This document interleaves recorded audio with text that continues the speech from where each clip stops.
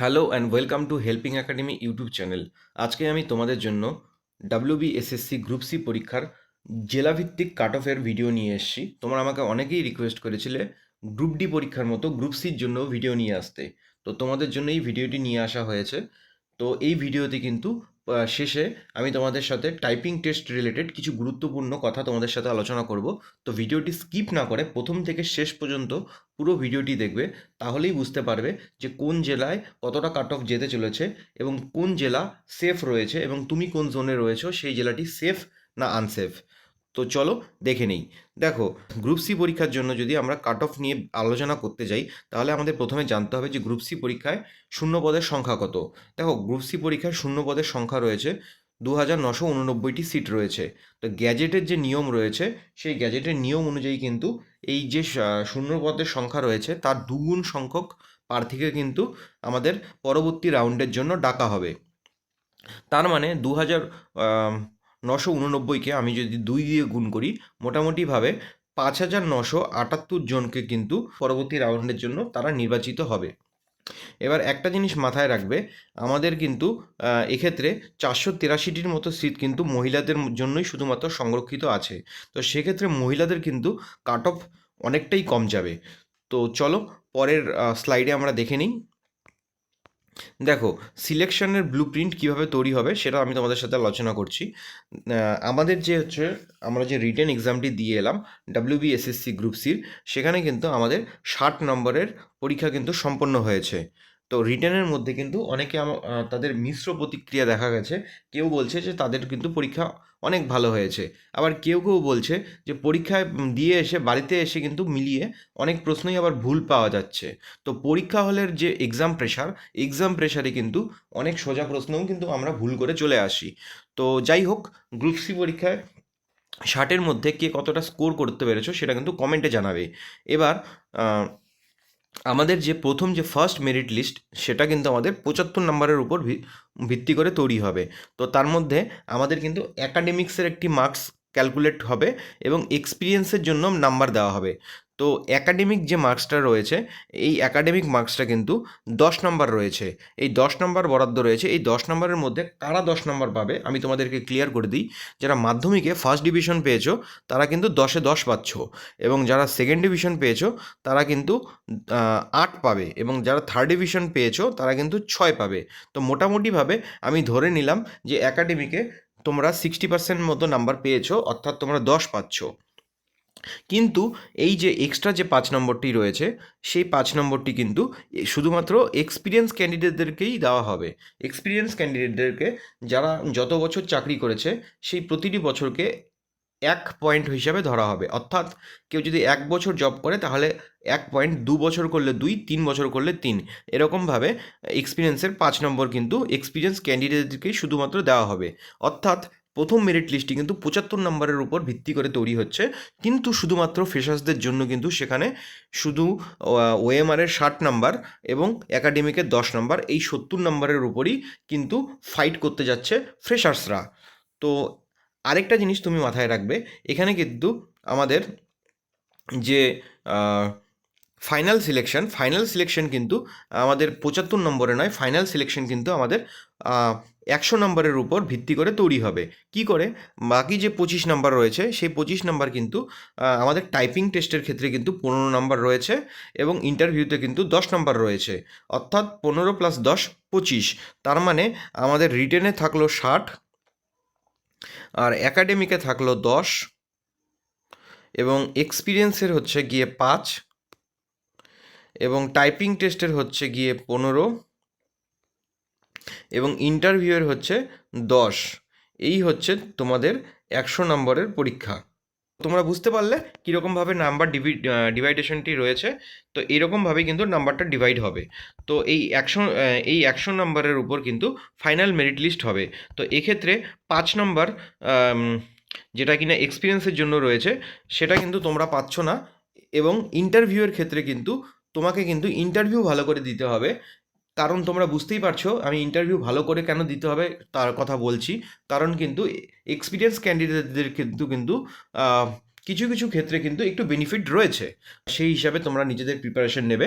এবার ব্যাপার হচ্ছে এবার টাইপিং টেস্টই কিন্তু তোমার জন্য সবথেকে বড় গেম চেঞ্জার হতে চলেছে। টাইপিংয়ে কিন্তু 15 নাম্বার রয়েছে। এই যে 15 নাম্বার, এই 15 নাম্বার তোলা কিন্তু চারটিখানি কথা না। কারণ টাইপিংয়ে কিন্তু প্রচুর সংখ্যক স্টুডেন্ট যারা প্র্যাকটিস না করে যাবে তারা কিন্তু গিয়ে ফেল করবে। তো সেই কারণে কিন্তু দুগুণ সংখ্যক প্রার্থীকে আমাদেরকে পরবর্তী রাউন্ডের জন্য ডাকা হচ্ছে। তো টাইপিং টেস্ট আমাদের টাইপিং পরবর্তী স্লাইডে আমি আলোচনা করব আমাদের টাইপিং টেস্টের ব্যাপারে। যাই হোক, আমাদের এক্সপিরিয়েন্স ক্যান্ডিডেটদের যে 5 নাম্বার আছে সেটা নিয়ে কিন্তু তোমরা ভয় পাবে না। কারণ মাত্র 200 থেকে 400 সংখ্যক ক্যান্ডিডেটই কিন্তু এই 5 নম্বর পাবে। যেটা আমার কাছে আমি ডেটা পেয়েছি সেই অনুযায়ী আমি তোমাকে বলছি, মোটামুটি 400 জনের মতো কিন্তু এক্সপিরিয়েন্স ক্যান্ডিডেট রয়েছে। এবার একটা জিনিস তুমি ভেবে দেখো, যে সমস্ত এক্সপিরিয়েন্স ক্যান্ডিডেট রয়েছে তারা প্রত্যেকেই যে ভালো পরীক্ষা দিয়েছে তা তো নয়। এবার যারা এক্সপিরিয়েন্স ক্যান্ডিডেট রয়েছে তারা প্রত্যেকেই কিন্তু পড়াশোনা থেকে ডিটাচ। তো রিটেনে কিন্তু তারা ভালো মার্কস কিন্তু তারা তুলতে পারবে না। তো চলো দেখে নিই পরের স্লাইডে তোমাদের জন্য কি রয়েছে। যে 5টি জোন রয়েছে, এই জোনের মধ্যে তুমি নিজে কোন জোনে বিলং করছো সেটা তুমি দেখে নাও। দেখো, নর্দার্ন জোন থেকে যদি তুমি হয়ে থাকো তাহলে আলিপুর, কোচবিহার, দক্ষিণ দিনাজপুর, দার্জিলিং, জলপাইগুড়ি, মালদা, মুর্শিদাবাদ এবং উত্তর দিনাজপুর, এগুলো কিন্তু নর্দার্ন জোনে রয়েছে। ইস্টার্ন জোনে রয়েছে বীরভূম, বর্ধমান, হুগলি। ওয়েস্টার্ন জোনে রয়েছে বাঁকুড়া, পশ্চিম মেদিনীপুর, পূর্ব মেদিনীপুর, পুরুলিয়া এবং সাউদার্ন জোনে রয়েছে হাওড়া, কলকাতা, দক্ষিণ চব্বিশ পরগনা এবং সাউথ ইস্টার্ন জোনে রয়েছে নদিয়া, উত্তর চব্বিশ পরগনা। তো এই জেলাগুলি কিন্তু যে রিজন অনুযায়ী ভাগ করা হয়েছে। তো এবার তুমি একটা জিনিস দেখে নাও, তোমাদের আম, যে মানে কে কত নাম্বার পাচ্ছ সেই নাম্বারের ভিত্তিতে আমার যেটা মনে হয়েছে পরীক্ষার প্রশ্ন এবং তোমাদের কাছ থেকেই ফিডব্যাক নিয়ে যেটা মনে হয়েছে যে এবছরের কিন্তু WBSSC গ্রুপ সির জন্য সব থেকে সেফেস্ট জোন হতে চলেছে ওয়েস্টার্ন জোন। তো যারা ওয়েস্টার্ন জোন থেকে অ্যাপ্লাই করেছো তারা কিন্তু অন্যান্য জোন থেকে কাট অফ অনেকটাই কম যাবে এবং ইস্টার্ন জোনেও কিন্তু কাট অফ কম যাবে। তবে সবথেকে মডারেট জোন হিসাবে যদি আমি বলি সেটা কিন্তু নর্দার্ন জোন রয়েছে, এবং যেটা ডেঞ্জার জোন যেখানে কাট অফ বেশি যাওয়ার সম্ভাবনা রয়েছে সেটা হচ্ছে গিয়ে সাদার্ন জোন এবং সাউথ ইস্টার্ন জোন। এবার আমি তোমাদের সাথে কাট অফ নিয়ে আলোচনা করব যে জোন ওয়াইজ কোন জোনে কতটা কাট অফ যেতে পারে। ফিডব্যাক এবং বিভিন্ন ডেটা অ্যানালাইসিস করে তোমাদের জন্য এই কাট অফটি নিয়ে আসা হয়েছে। তোমরা এই কাট অফের থেকে যদি 1 বা 2 নাম্বার যদি কমও পাও, তোমরা কিন্তু টাইপিং টেস্টের প্রিপারেশন শুরু করে দাও। আমাদের ওয়েস্টার্ন জোনে ইউআরএ কাট অফ যেতে চলেছে 54। বাঁকুড়া, পূর্ব মেদিনীপুর, পশ্চিম মেদিনীপুর এবং পুরুলিয়ার কথা বলছি। এবং ওবিসি বির কাট অফ যেতে চলেছে ওয়েস্টার্ন জোনে 52, ওবিসি এতে যাচ্ছে 52, এসসিতে যাচ্ছে 50, এসটিতে যাবে 49 এবং ইডাব্লিউএসে কিন্তু 46 থেকে 52 মতো কাট অফ যেতে পারে। এবং ইস্টার্ন জোনের কাট অফ কত যেতে পারে, ইস্টার্ন জোন মানে আমি যারা বীরভূম, বর্ধমান এবং হুগলি থেকে বিলং করছো তাদের কথা বলছি। সেখানে কিন্তু ইউআরের কাট অফ 54 থেকে 56 চলে যাবে এবং ওবিসি বি এর কাট অফ যাবে 51 থেকে 54-র মধ্যে এবং ওবিসি এ এর কাট অফ যাবে 51 থেকে 54-র মধ্যে এবং এসসির কাট অফ যাবে 48 থেকে 52-র মধ্যে এবং এসটি দের কাট অফ যাবে 46 থেকে 50-এর মধ্যে এবং ইডাব্লিউএস এর কাট অফ কিন্তু 52 থেকে 54-র মধ্যে চলে যাবে। এবং নর্দার্ন জোন থেকে কাট অফ আমার যেটা মনে হচ্ছে, নর্দার্ন জোন থেকে কিন্তু ইউআরের কাট অফ যাবে 54 থেকে 55 এবং ওবিসি বির যাবে 51 থেকে 53 এবং ওবিসি এর ক্ষেত্রেও 51 থেকে 53 এরকমই কাট অফ যাবে এবং এসসির কাট অফ যাবে 49 থেকে 51 এবং এসটির কাট অফ যাবে 47 থেকে 50 এবং ইডাব্লিউএস এর কাট অফ যাবে 45 থেকে 53। পরের জোনগুলির কাট অফ দেখে নিই। তোমাদের সাথে এই যে কাট অফটি আমি আলোচনা করছি এটি কিন্তু 60 নম্বরের উপর লিখিত পরীক্ষার উপর ভিত্তি করে কাট অফটি বলছি। আমি কিন্তু 75 বা 70-এর উপর ভিত্তি করে বলছি না, শুধুমাত্র রিটেন এক্সামে তোমাদের যেটা মার্কস হয়েছে সেটার উপর বেস করেই আমি কাট অফটি বলছি। তো আমাদের যে সাদার্ন জোন যেটা রয়েছে, সাদার্ন জোন বলতে হাওড়া, কলকাতা এবং দক্ষিণ চব্বিশ পরগনা থেকে যারা বিলং করছো তাদের কিন্তু ইউআরের কাট অফ 55 থেকে 56 চলে যেতে পারে, অনেকটাই হাই কাট অফ যাবে এই জোনে। এবং ওবিসি বির জন্য যাবে 54 থেকে 55, ওবিসি এর জন্য যাবে 54 থেকে 55, এসসির জন্য যাবে 53, এসটির জন্য যাবে 52, ইডাব্লিউএসের জন্য যাবে 48 থেকে 55 এবং সাউথ ইস্টার্ন জোন থেকে যারা অ্যাপ্লাই করেছো তাদের কিন্তু সাউথ ইস্টার্ন জোন বলতে আমি নদিয়া, উত্তর চব্বিশ পরগনার কথা বলছি। সেখানে কিন্তু 56 থেকে 57 কাট অফ চলে যেতে পারে।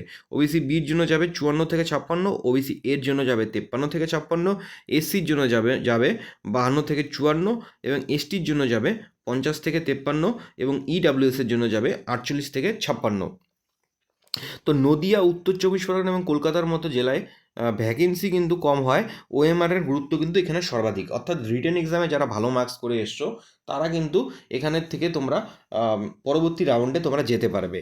তোমরা মনে রাখবে টাইপিংই কিন্তু তোমার জন্য গেম চেঞ্জার হতে চলেছে।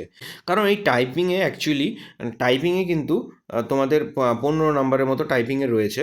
তো এখানে কিন্তু বেশিরভাগ ক্যান্ডিডেট কিন্তু এই টাইপিংয়ে গিয়েই ছিটকে যাবে, এটিকে অনেকেই হালকাভাবে নিচ্ছে। তুমি কিন্তু টাইপিং যদি নিজে নিয়মিত যদি প্র্যাকটিস না থাকে, তুমি কিন্তু টাইপিং করতে পারবে না পরীক্ষায় গিয়ে। তো অ্যাকচুয়ালি আমাদের টাইপিংয়ের ক্ষেত্রে আমাদের স্পিড মেনটেন করতে হবে। WBSSC গ্রুপ সি পরীক্ষার জন্য 10 মিনিটে 200টি শব্দ তোমাকে লিখতে হবে, অর্থাৎ তোমার স্পিড হতে হবে 20 ওয়ার্ড পার মিনিট। এবার তোমরা কিন্তু টাইপিংয়ের জন্য তোমরা কিন্তু ইংরেজি ল্যাঙ্গুয়েজটাকেই তোমরা কিন্তু বেছে নেবে। এবং ইংরেজি ল্যাঙ্গুয়েজে তোমার সুবিধাটা কী হয়, সহজে তুমি যে কোনো ফন্ট চিনে নিতে পারো। এবার বাংলার ক্ষেত্রে তোমার 10 মিনিটে 100টি শব্দ লিখতে হবে। তো সেক্ষেত্রে কিন্তু তোমার স্পিড 10 ওয়ার্ড পার মিনিট, পার মিনিটে তুমি কিন্তু 10টি ওয়ার্ড লিখলেও তোমার হয়ে যাবে। কিন্তু এই 10টি ওয়ার্ড যে তোমাকে লিখলে যে হয়ে যাবে, কিন্তু তোমার লেখা কিন্তু বাংলায় কিন্তু অনেকটাই কষ্টকর ব্যাপার হয়ে যাবে। কারণ এখানে কিন্তু যুক্তাক্ষরের ব্যাপার থাকে, অনেক প্রবলেম থাকে। তো যারা মানে বাংলা টাইপিংয়ের নিয়ে অভ্যস্ত নয়, তোমরা কিন্তু ইংলিশেই টাইপিংয়ের প্র্যাকটিস করা শুরু করো। এবার কীভাবে শুরু করবে? এবার অনেকে বলবে, দাদা আমার কাছে তো কোনো কম্পিউটার নেই, তাহলে আমি কী করে কী করে টাইপিং করব? তো দেখো, তোমাদের যাদের কাছে কম্পিউটার নেই, তোমাদের কিন্তু স্মার্টফোন রয়েছে। তোমরা কিন্তু স্মার্টফোনের মধ্যে একটি ওটিজি কেবল তুমি মার্কেট থেকে কিনে নিতে পারো, বা ফ্লিপকার্ট বা অন্যান্য যে ই কমার্স সাইট আছে সেখানে তুমি অর্ডার দিতে পারো। সেই ওটিজি কেবল মোবাইলের মধ্যে লাগিয়ে তুমি কিন্তু কিবোর্ডে কিন্তু তোমার টাইপিংটি তুমি প্র্যাকটিস করতে পারো। তো এক্ষেত্রে কিন্তু আমি অনেক জায়গায় দেখতে পাচ্ছি বিভিন্ন টাইপিং রিলেটেড অনলাইন কোর্স বিক্রি হচ্ছে। তা আমি তো বুঝতে পারছি না যে টাইপিং কী করে অনলাইনে শেখানো হতে পারে। টাইপিং তো অলওয়েজ তোমাকে একটি মানে প্র্যাকটিক্যাল নলেজ, এটাকে তোমাকে প্র্যাকটিক্যালি প্র্যাকটিস করতেই হবে। তুমি তো আমি তোমাদেরকে বলবো, তোমরা কিন্তু এই মানে ফাঁদে কিন্তু পা দেবে না। টাইপিংটা নিজে থেকেই প্র্যাকটিস করো। তোমাদের যদি কোনো রকম গাইডেন্স লাগে, আমি তোমাদেরকে হেল্প করব। বা তুমি যদি মনে করো তোমাদের নিকটবর্তী কোনো কম্পিউটার সেন্টারে গিয়ে সেখানে ভর্তি হয়ে যাও, তো সেখান থেকে তুমি টাইপিংটি প্র্যাকটিস করতে পারো। তোমাদের টাইপিংয়ের উপরই তোমার সিলেকশন ডিপেন্ড করছে।